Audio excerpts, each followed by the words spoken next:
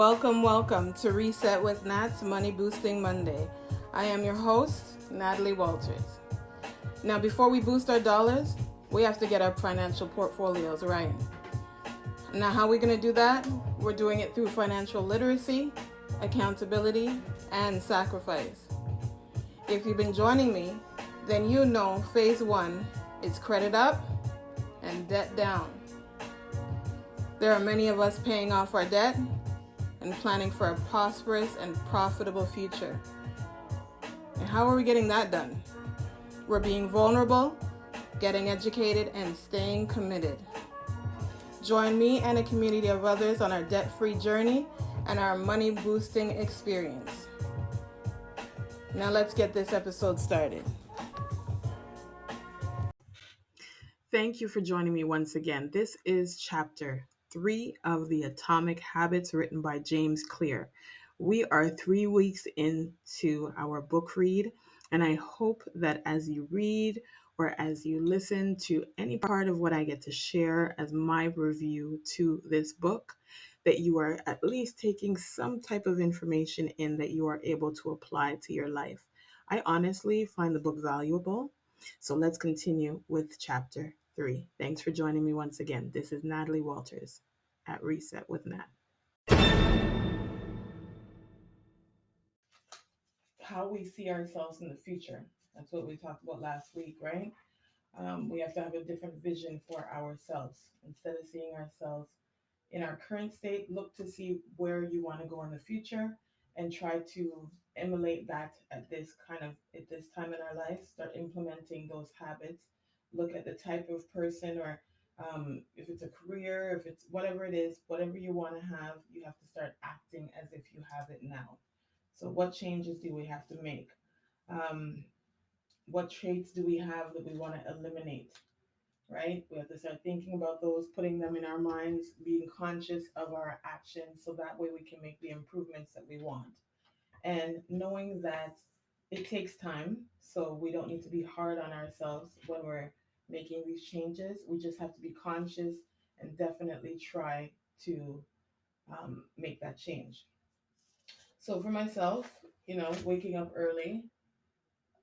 Oh, you know what? You told me you see it. This means I just won't see who comes on when the screen is blank.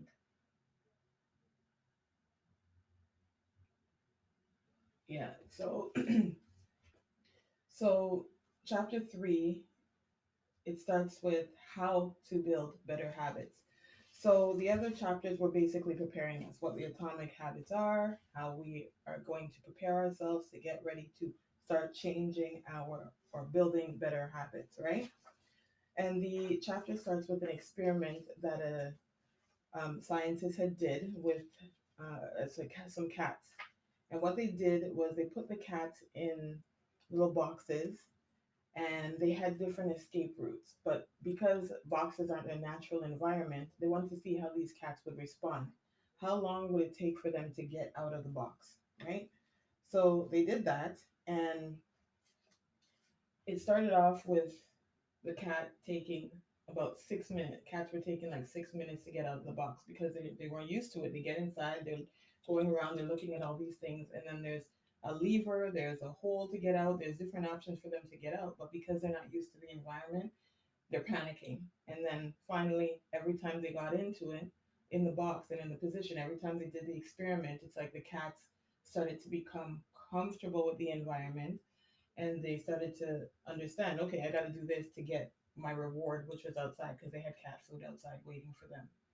So it went from 6 minutes of trying to decide how to get out to them actually getting out within 1 minute. And that was after doing the experiment over a series of time.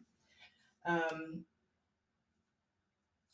it's an automatic response that happened the more the action was done. And it said studies have showed that satisfying behaviors followed by satisfying consequences tend to be repeated. And then unpleasant consequences are repeated less, right? So I don't know. Sometimes I feel that that's a statement. I don't know. It depends on the person because I know But I've done things where it's like, okay, my action, sometimes I know in that moment maybe not be the right thing, but I've done it, because I just want to do it, right? And that's how I used to be, especially as a child. So maybe it's based on age and then also experiences that you go through. You don't really know what the true consequence of it is at the end. So when they're saying satisfying consequences are repeated, well, sometimes something satisfying, you don't even know that if you take another course of action, that would be better for you. You're just used to a certain way, which is the easy route. So you're going to do the easy route, such as exercising. You know what? Exercising, it's a great thing, right? However, it's not as comfortable. So instead of me not getting in the car and going to the store, which is maybe 5 minutes away, I, which is satisfying, I should be walking the 10 minutes, which would have a better effect on me in the long term, right? Um, that's an example. And even financially, we look at our finances, payday loans, a situation comes up and it's like, oh my gosh, I need money. So the first thing I'm going to do, don't want to borrow from family. If you don't necessarily have the emergency fund, or you don't have a loan to tap into. Morning, morning, Aisha. How are you? Hey, thanks for joining. Yeah, so sometimes you may not. It's the Atomic Habits. I'm going over chapter 3, and we're talking about how to form better habits today. Um, I don't know if you've read the book before or not. However, there's replays on Instagram, okay? Today, we're just talking about some of the decisions that we make, why we make them, and how we can eliminate what we're doing so that we can make better choices and form better habits over the long term. So I was just talking about payday loans. Sometimes we end up in a situation we're not prepared, and instead of really rationalizing what we're doing, do I need more time? Can I ask for more time? We're just like, you know what, I'm stressed, I need it, I'm gonna go take this loan, and it's not the best thing, right? It's the way we react. Our nervous system doesn't give us time to really react properly. Sometimes we're impulsive, right? A habit is a behavior that has become repeated enough times to become automatic. So we must understand that trial and error is a part of the process of forming a habit. So example, you get into a new situation, whatever the experience is, the brain must decide what it's going to do. And it's usually unsure what to do because it's, especially if it's something new. So we have to try different things. The first time you might try one thing. Okay, the payday loan is where I went the first time. The second time I'm going to go somewhere else. The third time I'm going to go somewhere else, and you keep repeating the same behavior, right? Now the word for neurological, because it says, oh, I know you're probably telling me. It says it pauses, so I'm sorry. It's telling me that it has paused. So according to dictionary.com, the word neurological system, it's our nervous system, right? So when we have decisions to make that are unknown or different, our brain moves rapidly. We analyze the situation, we try to make sense of it, we take information in, and then we're supposed to be learning an effective way or a course of action on how to handle it. However, the nervous system is usually anxious and in pursuit of finding the best resolution to discover what could calm us down, right? What can resolve that feeling of feeling anxious.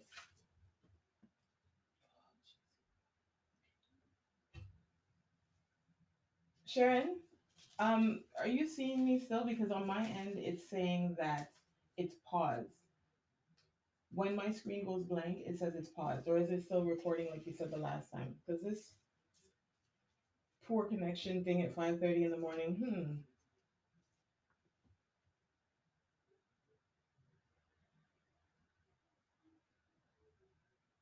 Can you see? Right now, not right now should be okay because it's the screen's on, but it paused for a minute. Yeah, it says poor connection. My. Yeah. Okay, so let me go through this because Instagram's not playing with nobody, and neither is Bell. I don't know what's going on. My bill is paid. I'm gonna have to give him a little ding-a-ling.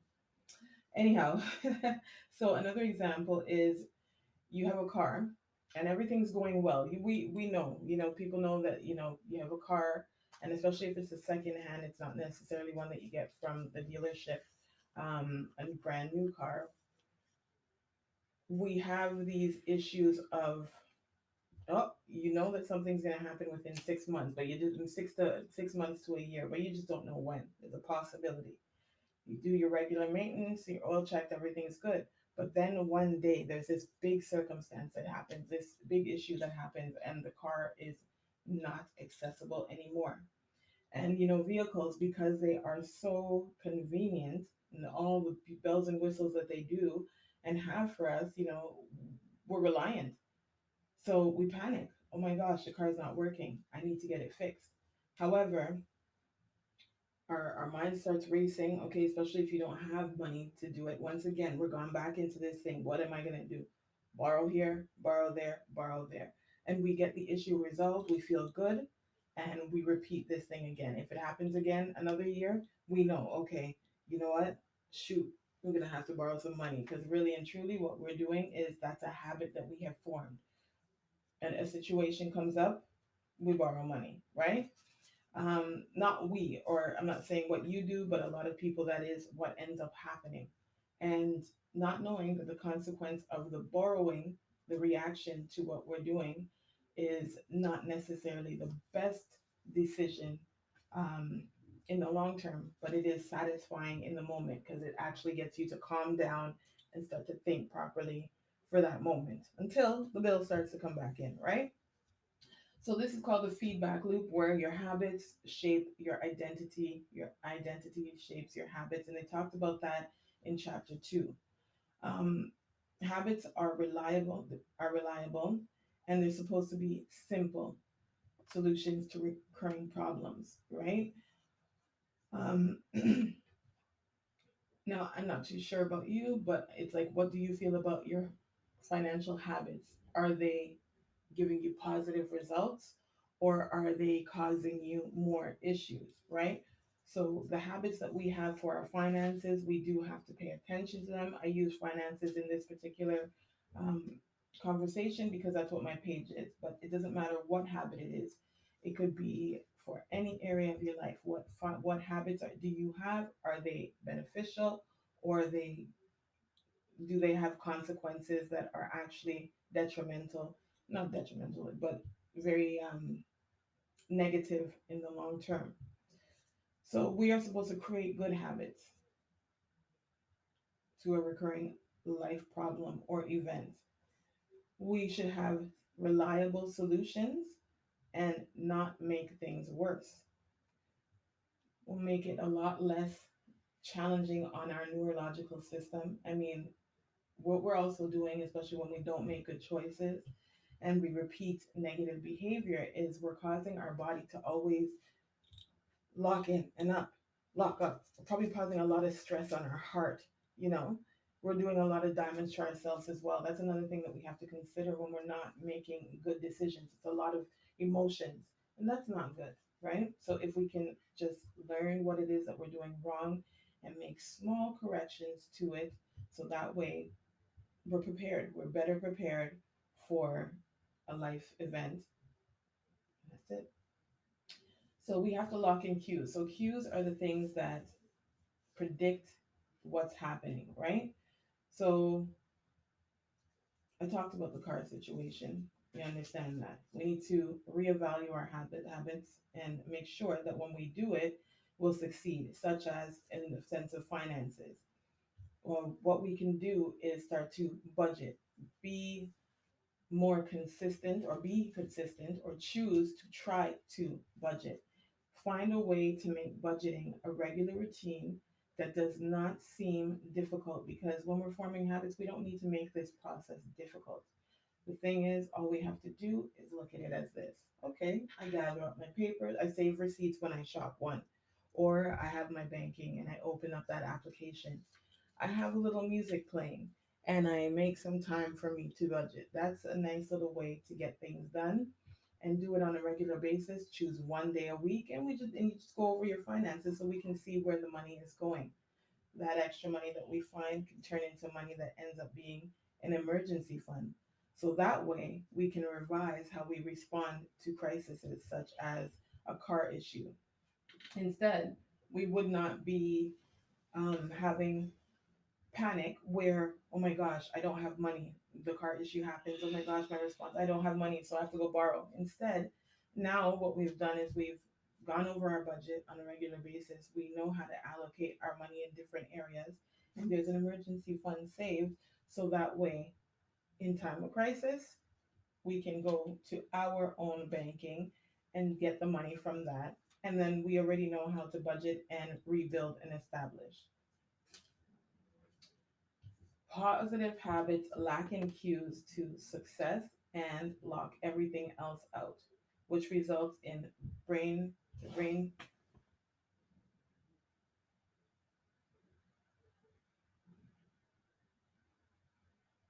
Good morning. Morning. How are you?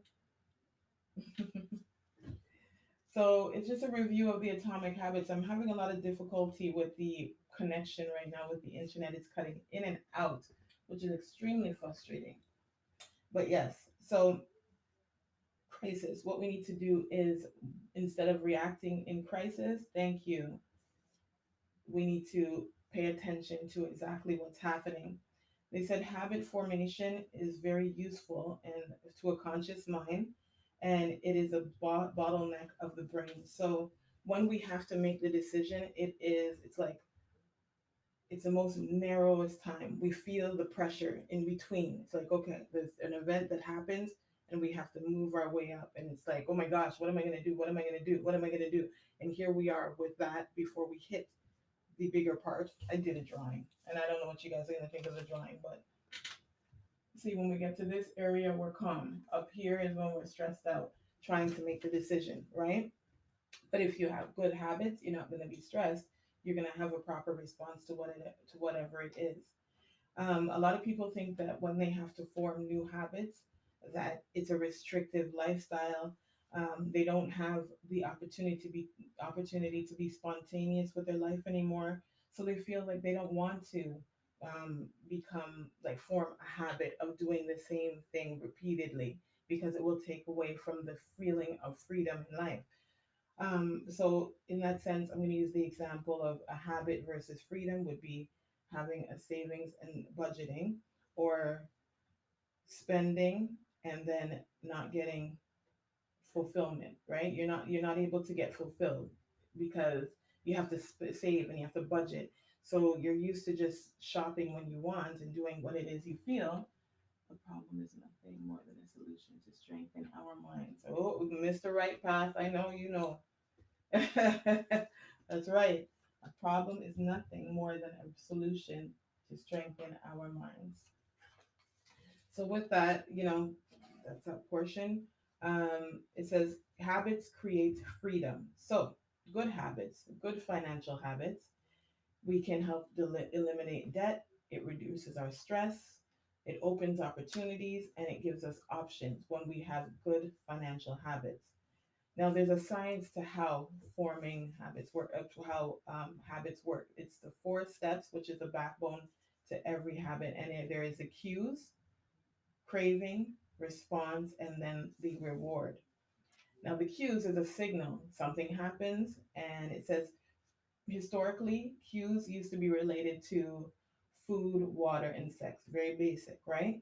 Currently, cues are related to money, fame, power, praise, and approval. So those are the cues. Oh my gosh, this is what's happening. Do I have enough money? Am I unpopular?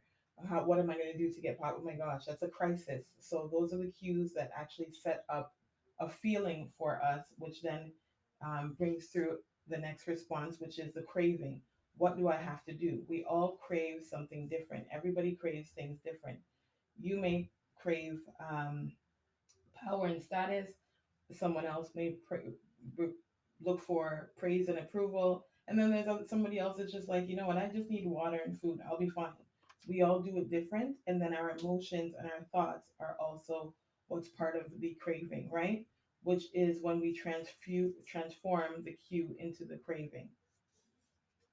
The response is the habit that we actually perform in that moment. So, what are we thinking? And what is our motivator? And if it's a mental or physical effect, it says, if mental and physical effort is required, then most people tend to be a little bit more resistant, because if it takes too much thought, it's too much for some people, right? Too much thought. We're a little lazy. If it's physical, sometimes it might seem overwhelming. So, I mean, as I was talking about budgeting, it is not a very difficult thing, but it's not the most exciting thing. So, it's the thought that we have. Thank you, thank you, thank you. I appreciate it. Thank you. It's the thought that we have is what reaction we follow. So that's why sometimes we end up having very negative responses to our situations, which builds bad habits, right? Because if we're thinking, oh, this is boring, this is no good, then obviously we're not going to be interested in improving our situation. I'll just use an example. So I do this workout for 30 minutes in the morning, and the gentleman, I really like the workout because what he does is he encourages us as we go along. They always say four more, three more, two more, one. But then what he'll say at some point is, okay, I know your mind may be saying to you, don't, good morning, Carla. Thanks for joining. So I know so we're just going over the chapter 3 of the Atomic Habits. And right now we are discussing the 4 steps that is required when we're forming our habits. So there's cue, which is the signal that tells you, the craving is how we feel, and our response, our emotions. And then we're moving into, sorry, the craving, yes, how we feel and what our neurological system tells us, and then our actual response. So this gentleman, I was talking about a workout program that I do in the morning, and what he does is he says, I know you're doing a workout, and I know you may feel like you don't want to complete this or you feel tired, but don't worry about that. He'll say, I want you to smile. He goes, you have to enjoy what you're doing. Put a smile on your face. Trick your mind or speak over your mind and get yourself feeling different. Because if you make basically you're tricking your body. So when I'm doing the workout now, I'm like, oh God, I can't wait for the water break. But then he says, smile. And then after I start smiling, and I'm like, all right, and automatically it does make a difference. The way we react to things, if we think a certain way, if we react a certain way, then the results we get is exactly what it is. Good morning. Hey, what's up, Real Talk? Real Talk with the Real Talk. Thanks for joining. So, our response is the action that we have, and it's what motivates us to either continue going or it will be something that will help us make us move backwards, right? And then at the end of it all, there's a reward. It's a response, should bring us rewards. So the cues notice the reward, and the craving wants the reward. Now, rewards satisfy and it teaches us. Rewards should satisfy and teach us.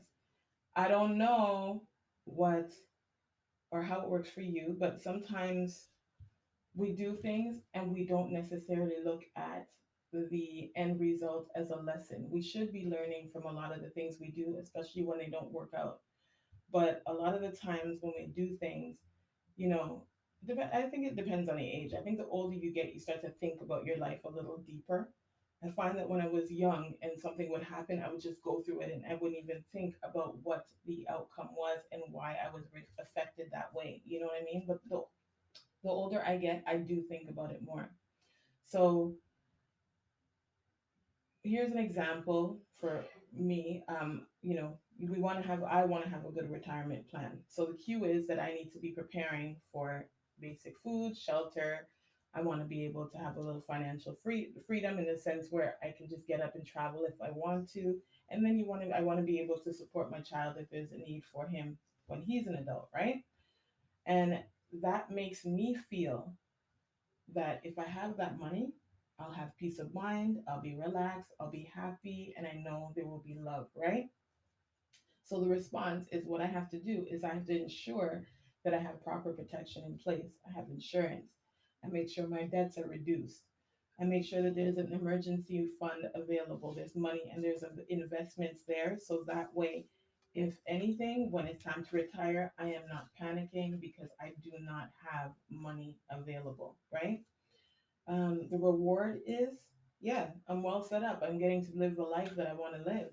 I don't necessarily know it now because now is when we're taking action for that long term effect. But the thing is, in my mind, I'm visualizing where I want to be. And that's what we need to do, right? We need to take the steps that we want to see for our future later on. So we have to take these steps now. So when we get to that point, we know, okay, I planned, things are secure, if any other circumstance comes up, I'll have other ways to deal with it. So, rewards make us recognize which actions are important. Our nervous system will appreciate when we are happy and we have peace of mind. So, it likes when we do things properly versus just moving and flying by the moment. You know, the more you do something and it continues to give us bad results, that's when we should really tap into ourselves and say, okay, what in the world's going on? How can I make this change? There's something with the decision making that I'm doing that is not good. What is it that I'm doing wrong? And how can I change it? Right? So that means it's a habit. More than likely, it's a habit that needs to be changed. And it says if a behavior is insufficient in any of the four areas, which is the cue, the response. Well, hold on. You know what? Sorry, guys. Mental maturity is a must. Seeing throughout is the start and the end of everything. Continue to be a light in the darkness of this world. I love it. Thank you. Thank you. Yeah, it is. It's a process, right? It is a process to grow and also to be bold to make certain changes that will not only help yourself but others, right? So I appreciate that. So yeah, you have your cue, your craving, the response, and the reward. So when we're on all of these stages, we have to have behavior that is sufficient and supportive to exactly what it is we're doing. And then we go back to chapter 2. He talked about the habit loop, which is, the continuous steps of just repeating the same thing over and over and over again. Whether it's good or bad, you're going to get the reward that you want. So that's why we have to start thinking, what habits can I change? And I was saying earlier for myself, one was waking up early. So this is it's like probably week 2. And when I'm sleeping and I decide it's time to, well, the alarm goes off, I say to myself, I don't want to. Oh, I'll just give myself more time. I'm actually telling myself over that other voice, no, you're not going to give yourself more time. You need to wake up. And then I drink some water because drinking water is another practice that I'm doing. So I'm just giving you guys examples of how I'm implementing the information from the book. So drinking water, it's become a habit now for me. I've done a 30-day water challenge and it's worked out very well. I had accountability partners, which made it even more, it made it better, right? We tagged each other and said, hey, you drinking your water? And that's great.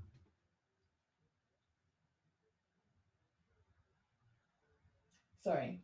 So it keeps everyone feeling motivated. Hold on. It keeps up the motivation. So at the same time, I have a group of people doing something with me. I form new habits, and at the same time, I got the rewards of it. I literally started to see my body felt different, my energy felt different. I think it even helps me with the waking up in the morning. I don't feel groggy and tired and normally I just want to always sleep, right? I was drinking too much coffee and juice and all of these things that don't necessarily feed the body right. So H2O, it's a good thing. So these are the habits that I'm changing, and I'm now starting to see the results of it. I apologize. I'm coming down to the end, guys. I apologize for the continuous pauses because it's poor internet connection. So with that, I'm seeing good results. And for me, when I see the good results, then I want to continue doing it. Okay, so I'm going to continue doing it. What about you guys? What habits are you forming, or are you, or did you go through the process of forming that has brought you positive results and you are happy that you've made that decision? Our brain consciously scans our environment and it's predicting what's next, trying two different responses, learning from the results. So it tries different things to see what's working and what's not, right? With that, that's what the man said. I don't know why I took that piece because I didn't dig down into it, right? So replacing old habits with new ones and being committed to them. The commitment is the key. The commitment is the key. But you know what he said in the book? Because a lot of the times when we try to change a habit, we go really extreme. Maybe sometimes we need to take, depends on what it is that you're trying to improve. If we're trying to do too many things at one time, that could also end up being discouraging. So he's like, try to make it as simple and interesting as possible, right? Try not to make it a difficult process. So with the water challenge that I had, right? I'm going to give an example because I have a friend that wanted to do it as well. And I said to her, it's 3.7 liters. So she's like, okay. So I showed her my jug. She looked at the jug. She's like, you drink that? And I said, hey, Carla. I said, no, I don't drink it out of that big jug. If I look at that jug every time I have to drink out of it, that's going to turn me off.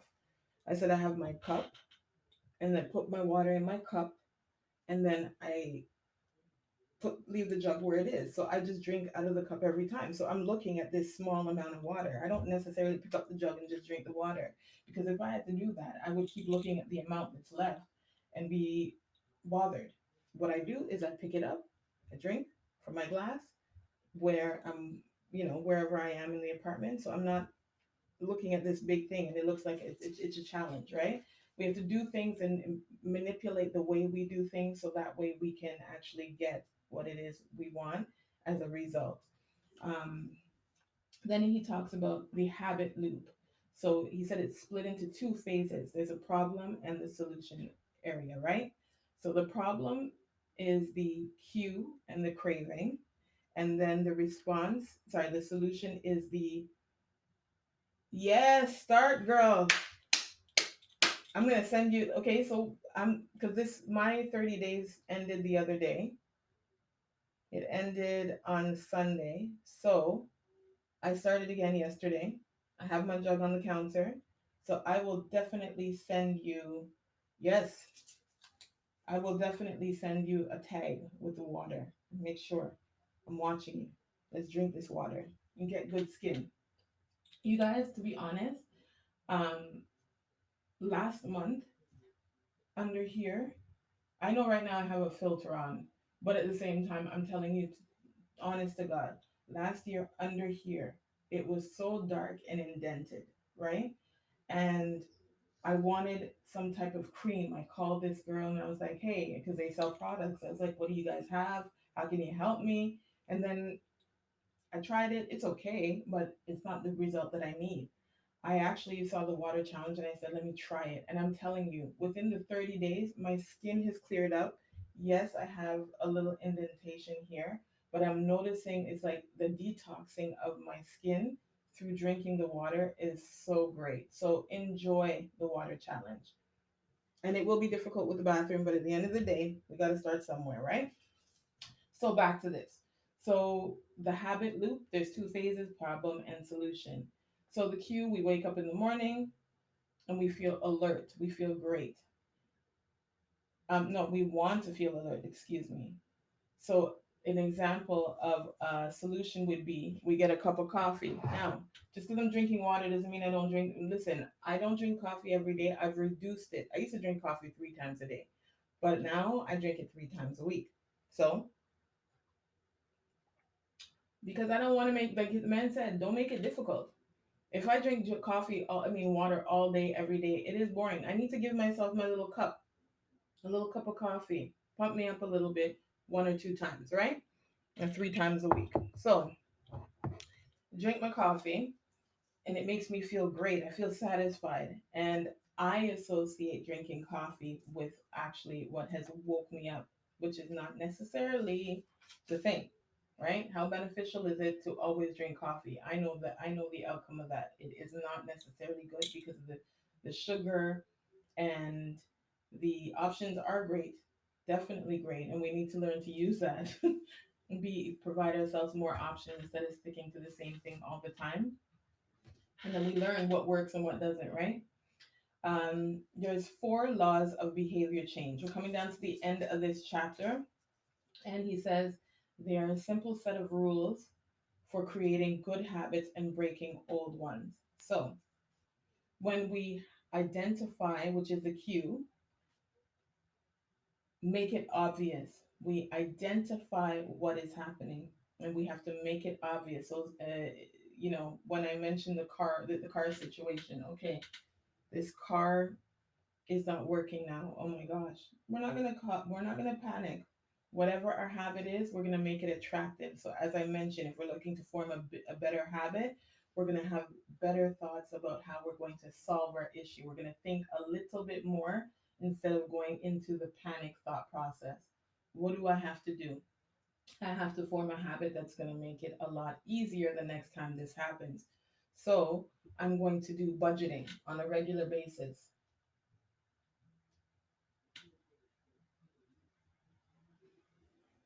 Sorry about that. I'm going to budget on a regular basis. And when I budget, now I'm going to save money for an emergency fund. But we have to make this budgeting process simple and actually fun. And when our mind thinks, oh gosh, I got to do a budget, oh, well, you know what, that's going to take away from all that you want to do. Well, instead of thinking that way, what we're going to think is, all right, you know what? I don't necessarily like budgeting, but I'll take that time as my self care. And, after I do whatever fun thing that I do, or I'll have a glass of wine and just write down my numbers. It should take me about 15-20 minutes. That's not bad. Think about it in a positive way instead of, especially because when we're adding structure to our lives, it doesn't necessarily always feel fun. So think about it in a way that sounds fun. Oh, a little time for me, and at the same time, I have my little vibe, whether it's music and a drink as I go through my numbers and I kind of plug everything in. So the reward will be satisfying. Shoot, every time you do your budget, you end up seeing money in your account on the side, and that is rewarding. That's exciting because you now have accomplished something. So when an issue comes up, the next time that cue that happens, oh, if it's a car situation, if it's a house repair that has to be done, oh my gosh, I'm not doing it as per norm where I panic and I run to the payday loan place because I don't have no money, or I'm gone to the bank, or I'm using a credit card, or I have to ask somebody because I have not taken the steps to building better habits, right? So we start off with something small. We make it obvious, we make it attractive, we make it easy, and when we do that, we're going to make it satisfying. So now he's going to talk. He's in the end of the book. He tells us about, not the book, end of the chapter. He talks about how to break bad habits. So what we need to do is when we identify the cue, we make it invisible. So okay, the vehicle thing happens. Like you can't change a life event from happening, but when so when there is some type of repair or anything that has to be done, we cannot change that, the fact that that has to happen, but we make whatever it is invisible. Oh no, sorry, we're talking about the bad habit. So let's talk about a bad habit. Sorry. Me, I like to eat, I like food, right? And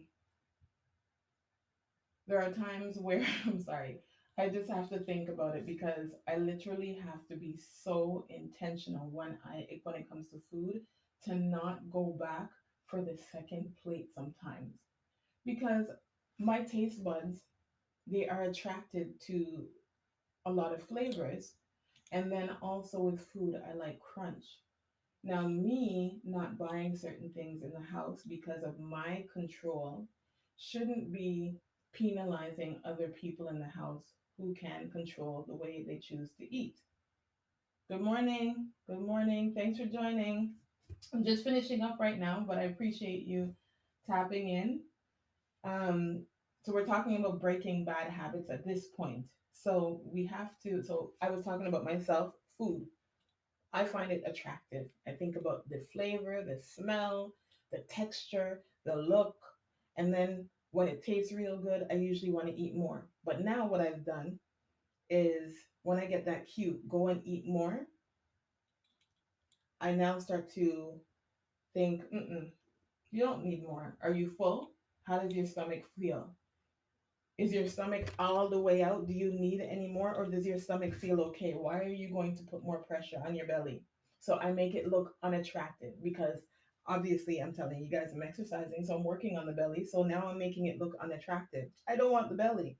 So I don't really need that. So my response is different now because I'm not going back to that plate because the way I see it, if I do, it's going to go against the other things that I'm trying to accomplish. So I'm going to control myself. And the reward, it will not be, it says make it unsatisfying.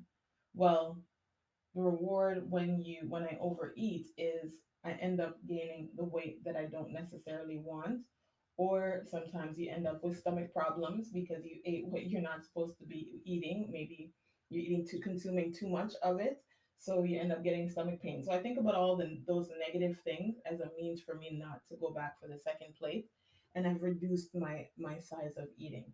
Right? Because I like food. I already said that. So when it comes to good habits, we're forming new habits. What we have to do is we make it obvious that that's what we want to do. We make it attractive. Like I said, when we're going to budget, do something fun. Do it in a fun way. Maybe we call a friend and say, "Hey, you know what? You want to go over a weekly budget? Let's hang out. We'll um, set ourselves up like we're doing here, and we'll just go through our stuff. We'll do it together. Sometimes having that partner or someone around you doing the same thing makes it fun, but at the same time, we don't necessarily have to be reliant on other people to accomplish our goals. Sometimes we just have to do what we got to do, right? So do it in a way where it does not seem overwhelming. Okay, I'm going to start off every 2 weeks with remain disciplined by not avoiding temptation, but by facing, fighting, and defeating it. Great stuff, beloved. Thank you. Thank you. Thank you for your response. I appreciate that. It's a discipline, but even scheduling out time, like repeating the same time frame, is what can make it, okay, this is the time I have to do it. So you're gone to do that. You're not worried about, oh, I have to fit it in. Because when you have to fit things in is when you get distracted and they don't necessarily get done, right? So we're going to make our bad habits invisible when we get that cue. We're going to make the craving look unattractive. We're going to respond in the response. It's going to be difficult. It's not going to seem like anything that we want to do, and the reward is not going to be satisfying. So when we have that, that's the way we're going to look at everything. That's that's a habit that we want to break. Make it all look not interesting. I don't like that. When I think about doing whatever it is, nope, I'm not doing it. It's just like when I went through my debt repayment journey, right? Um, I know what it's like to get the phone calls all the time from these people wanting my money and how I would argue with them, right? Arguing with them would raise my stress levels. It didn't change anything on my credit bureau. It didn't give me any flexibility or options in life. So I started to look at all the limitations that were put in front of me. And it was like, I'm not going to be able to do anything for my child when he reaches a certain age if I don't make certain changes. So what I started to do was look at the outcome. And that's what he talked about last week is look at where it is you want to go and what habits do you need to implement to be able to support you so you'll be able to get there. And without even reading this book, that's what I had to do. That's what I naturally did. I said, this doesn't look good, and that's not what I want. This is where I want to be. So these are the actions that I got to take. And when I took those actions, the rewards came. I made it obvious. It looked attractive by paying off these bills and speaking to these bill collectors confidently. Yes, yes, send me the paperwork. Yeah, I'll be making the payment on such and such a day. You know what? Having the conversation, it was different. I was like, you know what? I'm doing this thing. And every time I got a letter of release, it made me feel good. I accomplished something good. It was satisfying. That was my reward, right? So eliminating debt is a really good thing. And it's because of the way I started to view what I was doing. I started to be conscious of my actions. So our habits are formed by the systems in our lives. What systems do you have that are making your life better? What systems do you have in your life that are making areas of your life challenging? I pose that question to you. I don't know if you guys have the book The Atomic Habits, but I honestly think it's a really good book. My mentor is the one that referred it to me, and I'm glad she did. Next week, I'm thinking I'm not going to do a next Wednesday call because I want to actually have a discussion. It's been 3 chapters, and I feel that this is a very important um, topic, right? Forming and changing habits. And when you just rush through things that are very heavy, I don't feel that you do yourself the best service of actually making those changes work for you. And I want to hear from people who have read the book before and also people who have been tapping into the lives with me. So I want to do a live, and I think I'm going to figure out a day where, not a live, sorry. I want to do a Zoom call where I'm going to invite the people that have been on or anybody else that has read the book and just have an open discussion to see how people are feeling about their journey. So I'm going to promote that one over the next few days. I'm going to come up with a date and let's discuss how are we forming habits, and what have been the benefits of the habits that we're forming. Are there any challenges? How can we, just learn from each other? And then for anybody that's read the book a while back, I'm going to have them speak on how the book has helped them over time, because I've had a lot of people also say that they thank you, I appreciate it. You know what? Many, many blessings. Thanks for your support. You have a great day as well.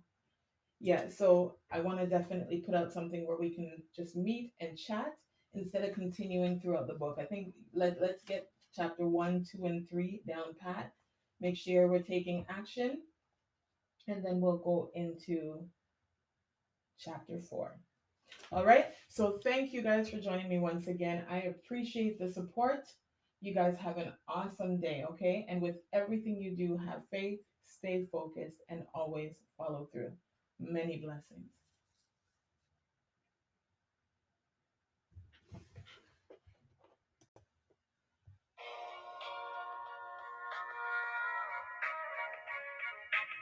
All right, everyone. So that was another successful review on The Atomic Habits by James Clear, and that was chapter 3.